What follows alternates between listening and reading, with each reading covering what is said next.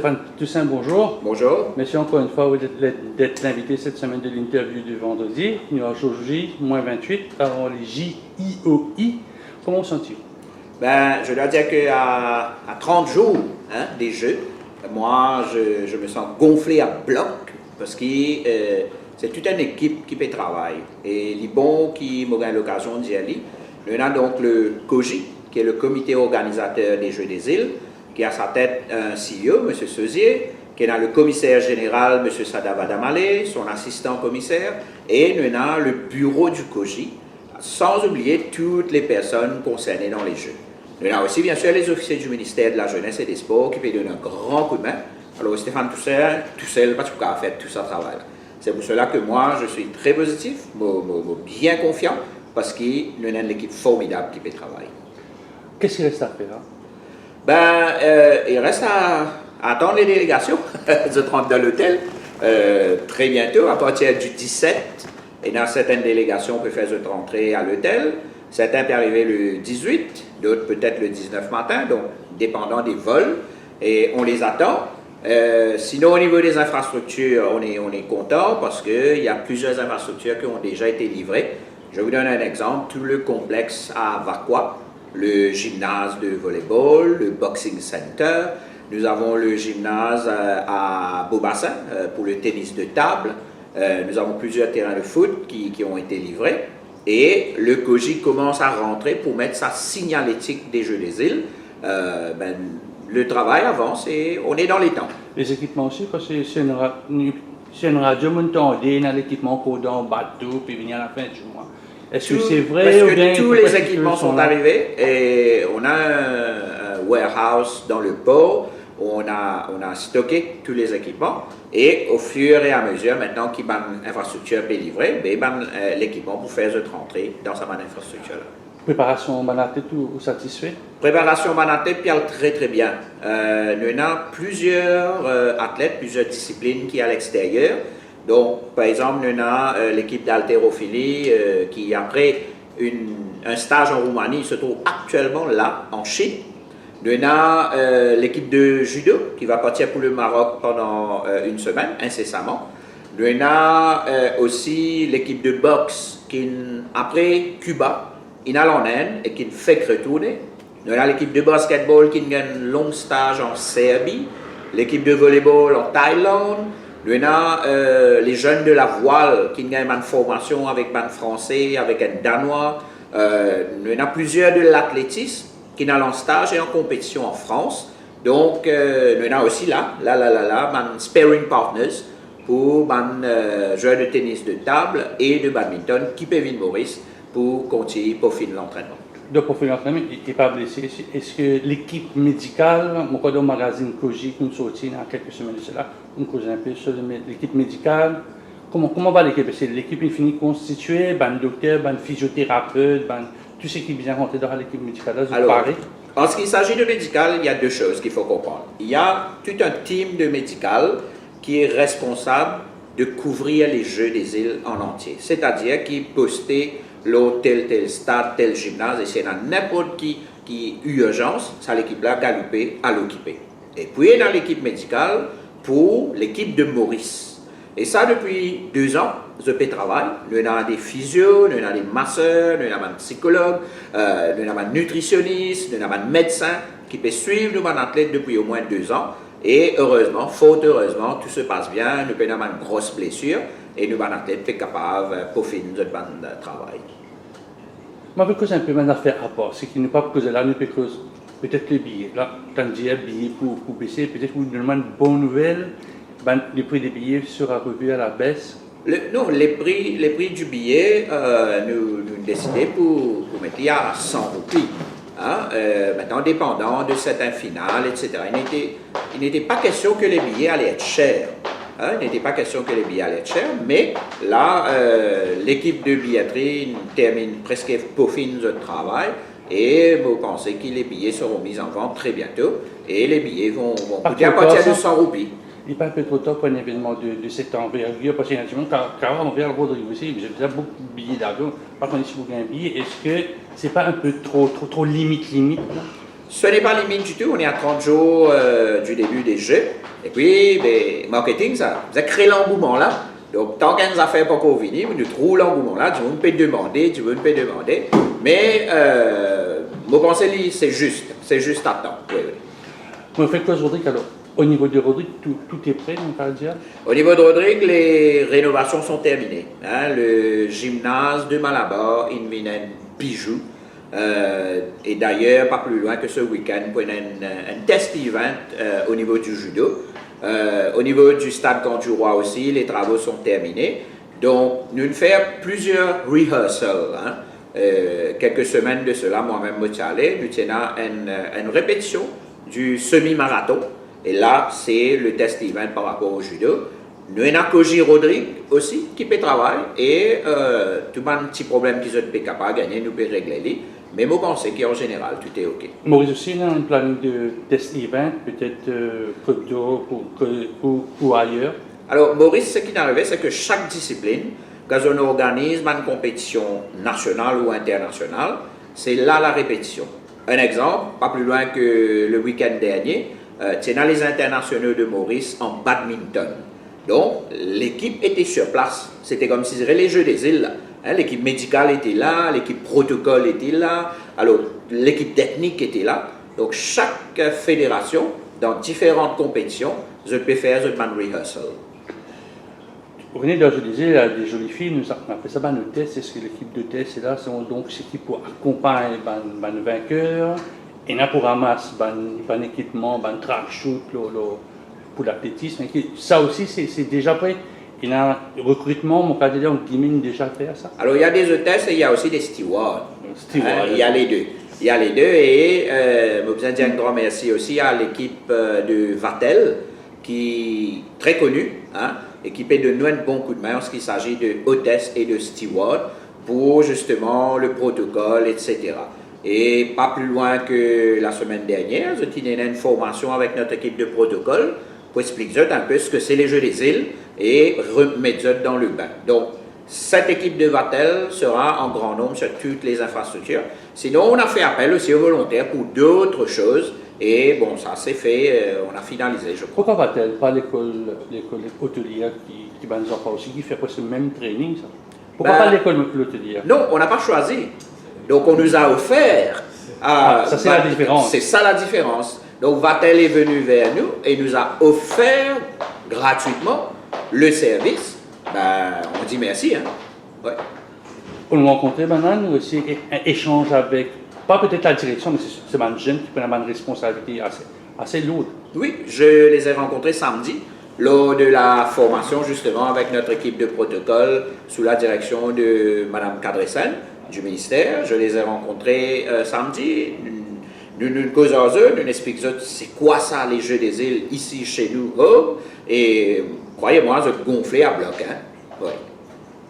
Ben, le médaille finit pareil, parce que c'est la seule chose qu'on n'a pas vu au niveau de la presse. On a entendu la chanson des îles, on a entendu l'hymne, le jingle, la mosse, le flambeau, l'homme fatal, comme j'ai dit l'autre jour.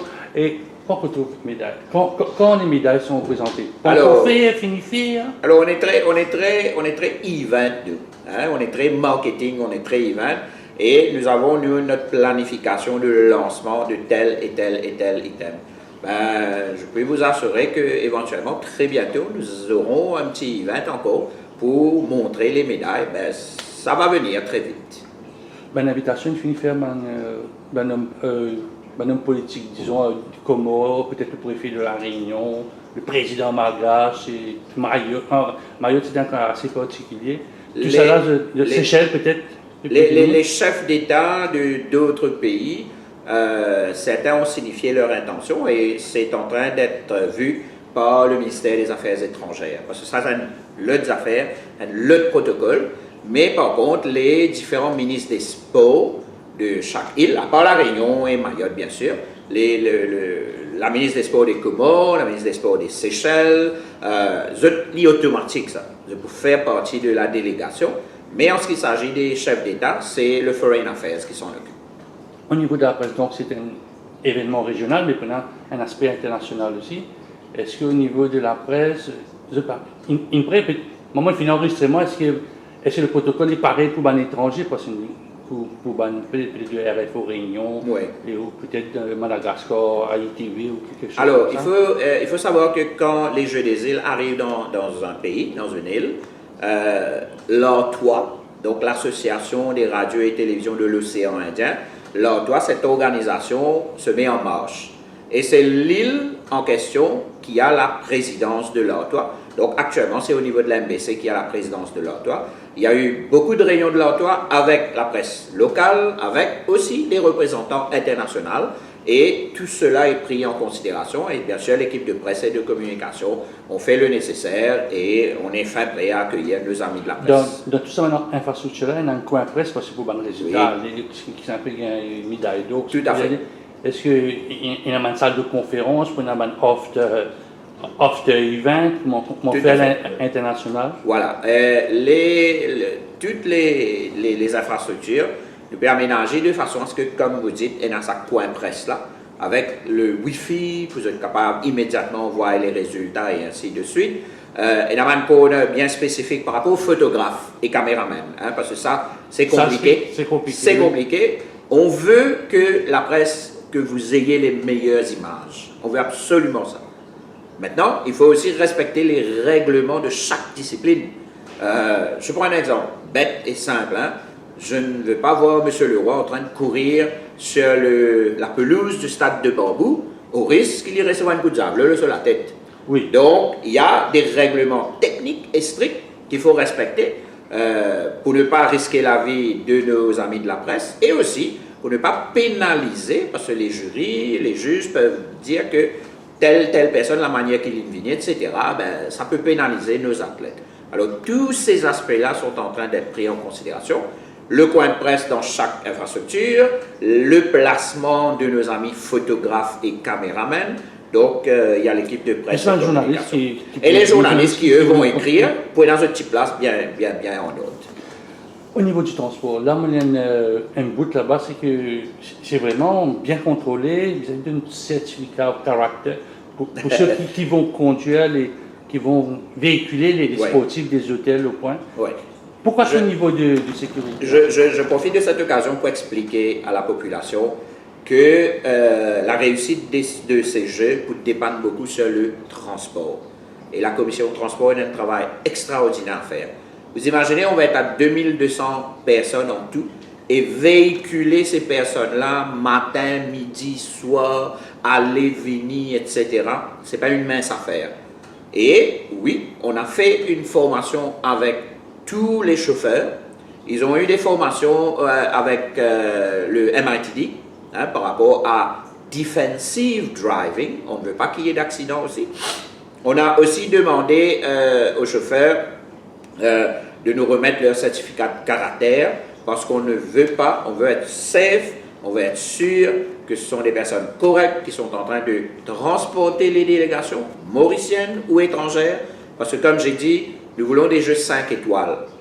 Donc toute l'organisation a besoin d'être 5 étoiles. Concours de la police pour véhiculer ça, pour un rider, comment on dit le mot, pour un rider devant les délégations? Oui, voilà.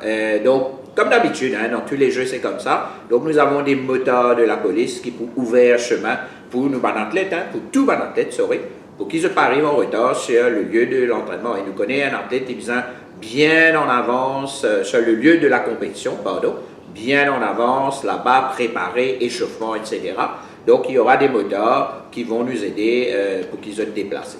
Tout est OK là. Tout va dans la chambre, il finit beaucoup, pas pour du monde qui peut dormir dehors. Non, don't worry.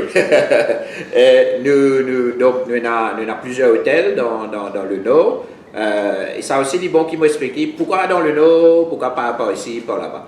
Alors, pour accueillir plus de 2200 personnes, nous utilisons un groupe l'hôtel près, un à côté de l'autre, et qui a la capacité de la quantité de chambres qui nous peut besoin pour accueillir tout ça du monde là. Alors, c'est la région du Nord qui nous gagne.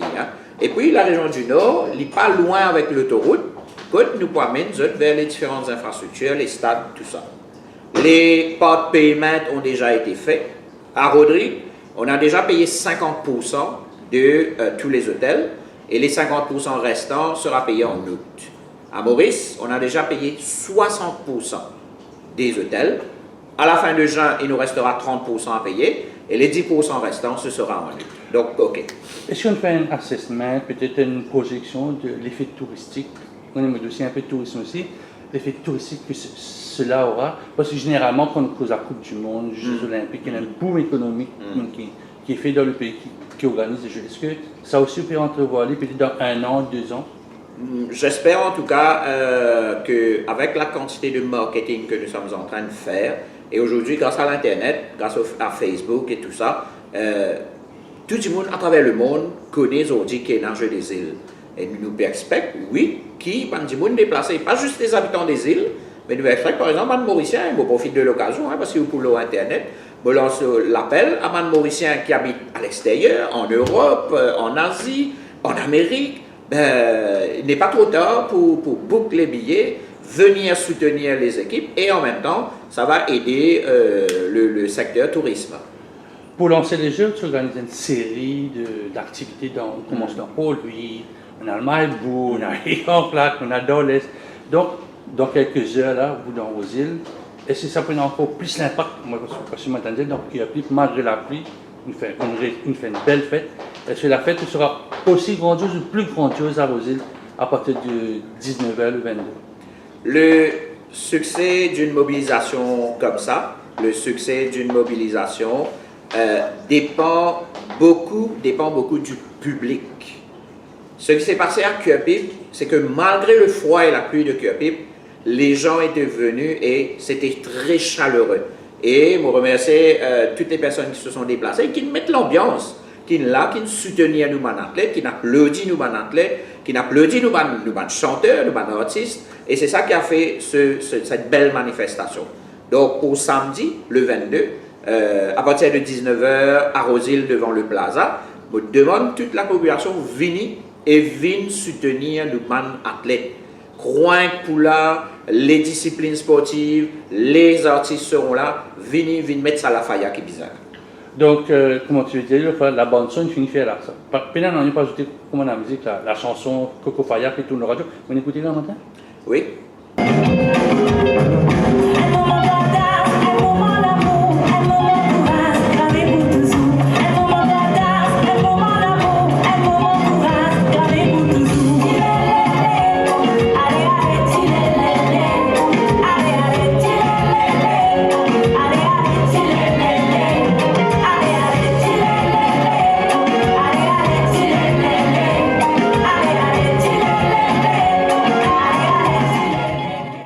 Comment on écoute ta chanson? Tous les jours. Comment on rentre dans le taux et même dans le bureau, avant d'aller, que ce soit au Parlement ou à des réunions, la tam-tam dans l'île, il résonnait partout. Qu'est-ce que ça pour tout, écouter tous les jours?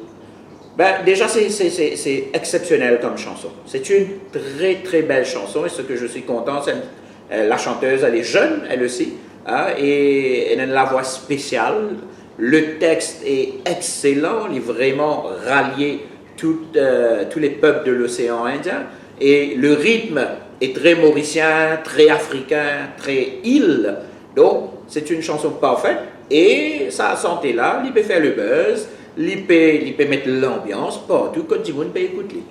On a ça confrères dans les îles, ça peut tourner le Man Radio. Nous pouvons envoyer, oui. À gauche et à droite, nous pouvons essayer d'envoyer, parce que dans les îles, justement, que tout un chacun, dans une île aussi, comme ça, quand je dis Maurice, Pasteur, qu'ils ont pu découvrir, et ont quand même une bonne parole aussi. Le Mauricien, il a découvert, il y a quelques heures, le YSTV, l'hymne.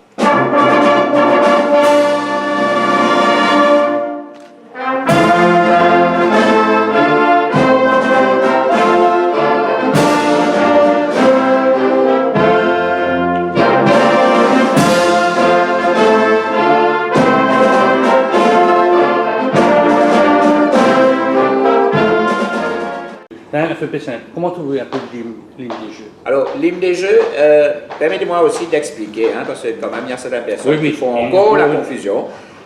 L'utilisation la chanson des Jeux, c'est-à-dire Tam Tam dans l'île, ça c'est la chanson populaire qui va mettre l'ambiance, qui va faire la fête partout. L'hymne des Jeux, c'est comme l'hymne national, ça. L'hymne des Jeux sera joué le jour de l'ouverture, quand elle lève le drapeau des Jeux. Et dans une cérémonie protocolaire. Et là, c'est le policeman qui a créé cet hymne, qui est aussi excellent, et je dirais que c'est un hymne parfait, qui a été justement composé par le sergent parfait. Et il est très résonnant, et nous trouvons aussi sa petite touche de Sega dedans. Pourquoi que la population a apprécié cet hymne. Et aussi un petit jingle.